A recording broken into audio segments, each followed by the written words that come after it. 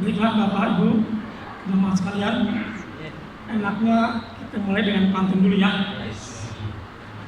Sholat taraweh di Masjid At-Taqwa, bawa uang infak taruh di saku. Sebelum kultum ini dibuka, ucapkan salam terlebih dahulu. Assalamualaikum warahmatullahi wabarakatuh. Waalaikumsalam. Alhamdulillahirabbil alamin. Wassalatu wassalamu ala asrofil anbiya'i wal mursalin wa ala alihi wa sahbihi ajmain. Asyhadu an la ilaha illallah wahdahu la syarikalah wa asyhadu anna Muhammadan abduhu wa rasuluhu la nabiyya ba'da. Puji syukur marilah senantiasa kita panjatkan kehadirat Allah Subhanahu wa taala, Tuhan semesta alam yang telah memberikan berbagai nikmat kepada kita semua. Nikmat panjang umur, nikmat meneguhkan hati kita agar senantiasa terpaut kepada masjid. Semoga kita sampai akhir hayat kita senantiasa terpaut ke masjid, rumah Allah yang kita cintai ini. Sholawat beserta salam senantiasa kita sanjungkan, kita sampaikan kepada junjungan kita, baginda Nabi besar Muhammad SAW, pada keluarganya, sahabatnya, dan semoga tercurah kepada kita semua. Dan kita berharap semoga di akhirat kelak kita mendapat syafaat dari baginda Nabi besar Muhammad SAW. Kita juga bersyukur pada Allah Subhanahu wa taala atas nikmat sehat wal afiat, nikmat panjang umur, bisa berjumpa kembali dengan Ramadan pada tahun ini. Karena sesungguhnya nikmat sehat itu adalah salah satu nikmat dari dua nikmat yang seringkali diabaikan oleh manusia, yaitu nikmat sehat dan nikmat waktu luang. Sebagaimana sabda Nabi SAW yang diriwayatkan oleh Bukhari, ada dua kenikmatan yang banyak manusia lalai atau tertipu, yaitu nikmat sehat dan nikmat waktu senggang atau waktu luang. Nah, lalai di sini berarti tidak memanfaatkan waktu luang tersebut untuk dan kesehatan tersebut untuk beramal soleh. Dan lalai juga berarti tidak menjaga kesehatan sebagaimana yang diamanahkan oleh Allah kepada kita. Bagaimana kita memelihara kesehatan ini? Yaitu dengan cara makan makanan yang sehat dan baik, sebagaimana Allah berfirman dalam surat Al-Baqarah ayat 168, Ya ayuhan nas kulu mimma fil ardi halalan thayyibah wala tatabi'u khutuwati syaiton innahu lakum aduwwun mubin. Hai sekalian manusia, makanlah yang halal lagi baik dari apa yang ada di bumi, dan janganlah kamu sekali-kali mengikuti langkah setan, karena sesungguhnya setan itu adalah musuh yang nyata bagi kamu. Lalu selain makanan yang halal dan baik, kita juga harus berolahraga secara rutin. Bermacam olahraga bisa kita lakukan sesuai dengan selera dan usia kita. Nah, ini terkait olahraga ini saya termasuk lalai, Pak. Yang rajin dari jamaah kita antara Pak Haji Pur, Pak Haji Raju dan sebagainya. Saya harus introspeksi nih, Pak. Saya termasuk lalai dalam berolahraga, mentang-mentang merasa badan sehat, kemudian melalaikan amanah dari Allah ini. Nabi Sallallahu Alaihi Wasallam bersabda, mukmin yang lebih baik, mukmin yang kuat lebih baik dan lebih dicintai Allah daripada mukmin yang lemah, dan pada keduanya ada kebaikan. Hadis riwayat Muslim nomor 264. Jamaah sekalian yang semoga dirahmati Allah, selanjutnya setelah makan yang halal dan thayyibah serta olahraga yang teratur, agar kita senantiasa sehat walafiat, kita harus menghindari dari sesuatu yang membuat kita mengalami kerusakan. Sebagaimana Allah berfirman dalam surat Al-Baqarah ayat 195, dan janganlah kamu menjatuhkan dirimu sendiri ke dalam kebinasaan.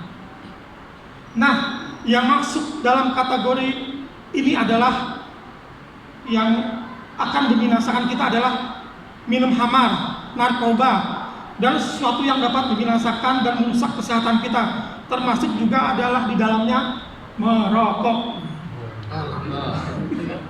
Walaupun dalam kotak rokok itu ada tulisan rokok itu membunuhmu, tapi kenyataannya adalah sulit kita terhindar dari rokok, terutama bagi perokok berat. Yang bisa menyembuhkan rokok itu sendiri bagi perokok berat adalah dirinya sendiri, bukan orang lain. Atau kecuali dokter sudah memvonis nyawa bapak tinggal sebulan lagi ya. Bapak Ibu hadirin sekalian yang dirahmati Allah. Kemudian yang masuk dalam kategori sesuatu yang mengandung kemudaratan yang harus kita hindari adalah ketika terjadi wabah di suatu daerah, maka kita harus hindari daerah tersebut. Tetapi bila tidak mungkin kita hindari karena kita memang tinggal di situ, maka kita harus memproteksi diri agar tidak terkena wabah tersebut. Bapak Ibu sekalian yang dirahmati Allah, saat ini seluruh dunia dan juga Indonesia sedang terkena wabah pandemi COVID-19. Setahun lebih pandemi ini berlangsung, tetapi belum juga berlalu. Jumlah penduduk dunia yang terkena saat ini adalah mencapai 146 juta jiwa yang terkena pandemi COVID terpapar. Kemudian yang meninggal mencapai 3,1 juta jiwa. Di Indonesia sendiri yang sudah terpapar COVID-19 adalah 1,6 juta jiwa. Dan yang meninggal mencapai 44.599 orang. Berdasarkan sumber dari Wikipedia dan Detikcom. Hadirin sekalian yang dirahmati Allah, COVID-19 itu adalah nyata, bukan rekayasa global dari Yahudi untuk mengurangi jumlah umat Islam di dunia.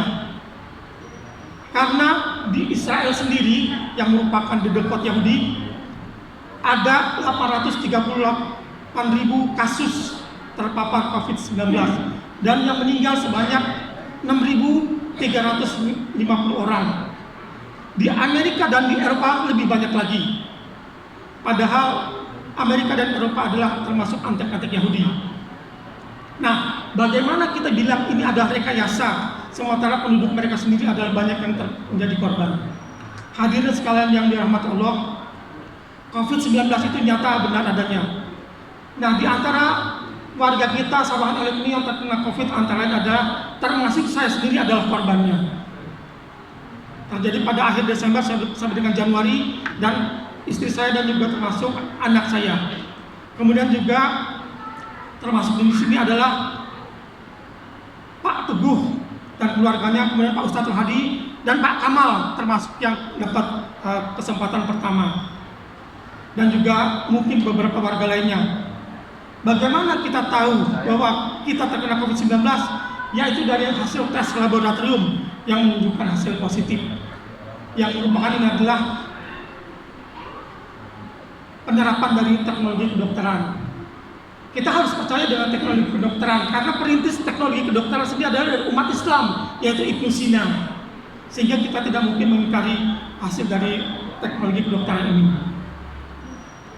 Mungkin ada sebagian orang yang tidak percaya bahwa itu sekedar rekayasa dari rumah sakit saja untuk meng-COVID-COVID-kan pasien supaya dapat keuntungan dari anggaran pemerintah. Tapi kenyataannya korban COVID dari kalangan medis sendiri juga banyak, Pak. Ada 831 dokter terpapar COVID-19. 311 diantaranya dokter tersebut tewas atau gugur. Belum lagi dari kalangan medis lainnya. Jadi COVID-19 itu nyata dan benar adanya. Lalu bagaimana sikap kita selanjutnya? Maka sesuai dengan fatwa MUI dan arahan dari pemerintah pusat maupun wali kota Depok, hendaknya kita patuh terhadap protokol kesehatan. Syukur alhamdulillah kalau di masjid kita ini hampir semua mematuhi protokol kesehatan.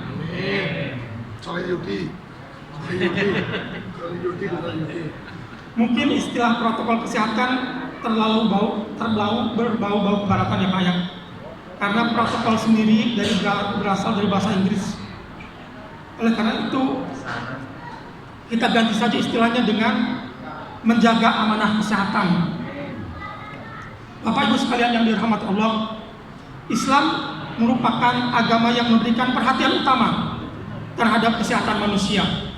Setiap muslim wajib menjaga kesehatannya dan juga menyeimbangkan kebutuhan rohaninya.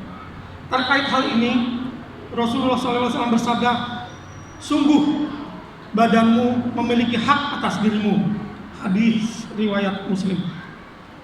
Nah, di antara hak badan adalah memberikan makan pada saat lapar, memenuhi minum pada saat haus, memberikan istirahat pada saat lelah, membersihkan diri pada saat kotor, mengobati pada saat sakit, serta melindungi diri ketika ada wabah. Nah, saat pandemi, kewajiban kita adalah menjaga amanah kesehatan dari Allah.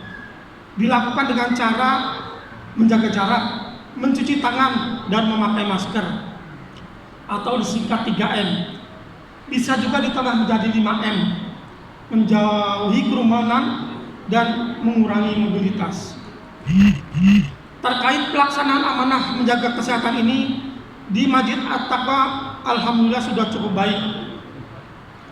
Kita dari panitia Ramadan juga sudah menyediakan spanduk dipampang di depan, ada logo-logo protokol kesehatan. Kemudian juga protokol Pak Haji selalu mengingatkan juga untuk kita patuhi protokol kesehatan. Nah, ini menandakan bahwa budaya keselamatan di antara kita atau safety culture atau budaya kesehatan, healthy culture sudah cukup baik dan dipahami oleh jamaah kita semua. Jamaah sekalian yang dirahmati Allah, dalam hal menjaga jarak dalam sholat memang terasa berat bagi kita untuk dilaksanakannya, karena anjuran dari Nabi agar kita merapatkan dan meluruskan saf ketika sholat. Tetapi ketika kondisi ini darurat, maka apa boleh dibuat? Untuk sementara kita harus tangguhkan karena pandemi COVID-19 ini.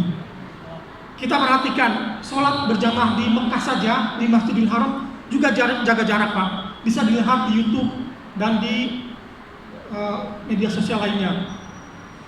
Mereka saja yang ulama-ulama besar terdapat di sana berani menerapkan jaga jarak. Padahal kan kita juga sumber keislaman dari sana. Ada baiknya juga kita mencontoh penyelenggaraan sholat berjamaah di sana. Di kita alhamdulillah sudah menjaga jarak walaupun belum maksimal, tapi patut kita syukuri. Mudah-mudahan bisa dipertahankan. Ini bagian dari upaya kita untuk berikhtiar menjaga amanah kesehatan yang telah diberikan oleh Allah Subhanahu wa taala.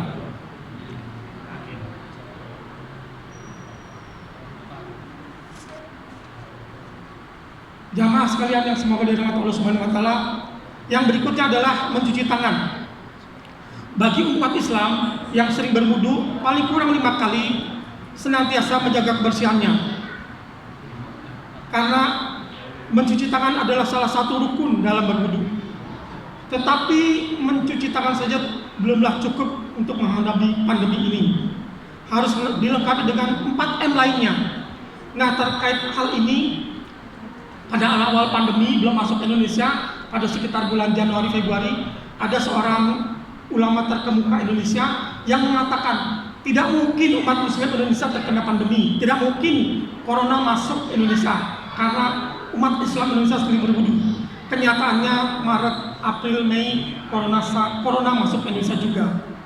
Akhirnya pernyataan dari ulama tersebut jadi blunder juga. Nah, M yang berikutnya adalah memakai masker sebagai salah satu ikhtiar menjaga amanah kesehatan yang diberikan oleh Allah Subhanahu wa taala. Syukur alhamdulillah di masjid kita masker sudah membudaya alhamdulillah. Bahkan beberapa waktu yang lalu kita melihat Pak Haji Pamungkas dengan sukarela berkeliling di antara jamaah membagikan masker, terutama pada jamaah yang belum memakai masker dibagikan oleh Pak Haji Pamungkas. Kemudian juga Pak Toyib alhamdulillah sudah membagikan kardus berisi masker dan disampaikan juga kepada jamaah. Kemudian juga Pak Haji Amruji menyampaikan masker juga kepada jamaah. Alhamdulillah. Tapi yang bagi nggak pakai masker. Alhamdulillah ini menandakan bahwa kesadaran menjaga amanah kesehatan sudah cukup baik. Terkait belum tumbuhnya kesadaran bagi yang belum pakai masker, ya barangkali berpikiran masker itu hukumnya adalah fardu kifayah, padahal sebenarnya adalah fardu ain. Lalu tujuan kita memakai masker adalah agar sesama kita saling menjaga tidak terkena droplet COVID-19.